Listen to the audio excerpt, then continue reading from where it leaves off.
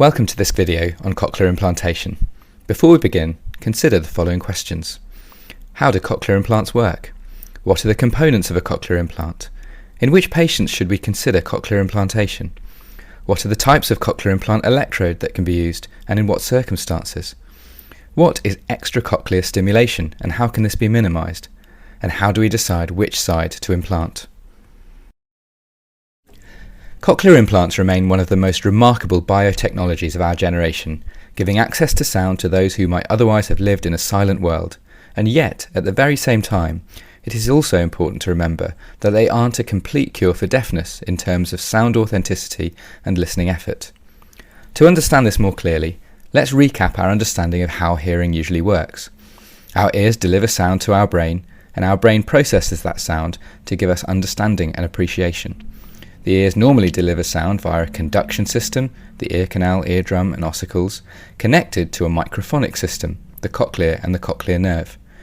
The conduction system captures environmental sound energy and concentrates it on a small window into the microphonic system. And in the microphonic system, mechanical energy induces hair cell deflection and depolarization, resulting in electrical signal being sent down the nerve to the brainstem and auditory cortex. The hair cell pathway for sound plays a huge role in the authenticity of sound perceived. As such, we always try and utilise natural acoustic sound as much as we can, whether that be by restoring problems with the conduction system or using conventional hearing aids or bone conduction devices to amplify sound to the cochlea and cochlear nerve. Sometimes, no matter how much we exhaust this option, the hearing nerve doesn't ultimately receive enough stimulation to deliver sound to the brain at a level that's good enough for comfortable speech understanding, and this is where cochlear implants come in. A cochlear implant consists of two main parts: a receiver stimulator implanted under the skin with an operation and connected to an electrode, and a microphone, processor and rechargeable battery unit which sit externally on the scalp and attached to the internal component via magnet. By threading the electrode of the implant into the cochlea, we are able to bypass the hair cell mechanism, deliver pitch-mapped electrical signals directly to the cochlear nerve, and then let the brain work its magic with the received signals, learning to recognise and understand the sound. Broadly speaking, we lean on cochlear implants when deaf patients are clearly not benefiting sufficiently from conventional hearing aids, and there is no reversibility to their hearing condition. However, sometimes patients with profound deafness in some frequencies still retain valuable natural hearing in other frequencies, making the decision to jump to implants less clear-cut. In the NHS in the UK, we have nice guidelines to help us give clarity on who to offer cochlear implantation to. Those criteria have been revised several times over the years, but essentially involve a multidisciplinary team assessment which includes consideration of audiometric thresholds, speech discrimination, duration and onset of deafness, the ability to engage in rehabilitation, and the results of cross-sectional imaging.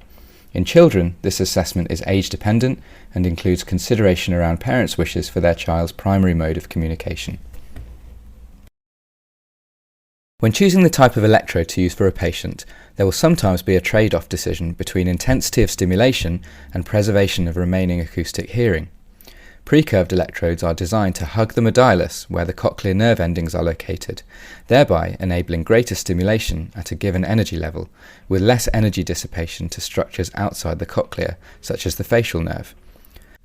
Straighter lateral wall electrodes, on the other hand, aim to provide a more organ-conserving insertion, avoiding the tectorial membrane and increasing the chances of natural hearing preservation. Electrode choice may also be influenced by insertional challenges that need to be overcome, such as in cases of labyrinthitis ossificans or otosclerosis, where a more rigid electrode with a stylet may be required to achieve full insertion into the cochlea. In more severe cases, custom electrode designs and split double electrodes may be utilised to gain as much coverage as possible. In the UK NHS, adult patients deaf in both ears will typically only be funded to have one ear implanted, meaning a decision must be made about which side to choose. There are a number of considerations that help make this decision. How much natural hearing is there remaining? It may be preferable to implant the worse ear. Which is the better connected ear? We may see better outcomes with the pathway to the brain that's had the most stimulation over the years, so ask about hearing aid use. Is there any abnormal anatomy seen on CT or MRI scan? The integrity of the cochlea and the presence of a vestibulocochlear nerve need to be evaluated. Are there any pre-existing balance difficulties? Consider how good balance input is from each inner ear and the consequences of losing residual function in the operated ear. Are there any functional considerations? Remember, a patient needs to lift their arm to adjust their processor. And finally, perhaps the patient may have a preference.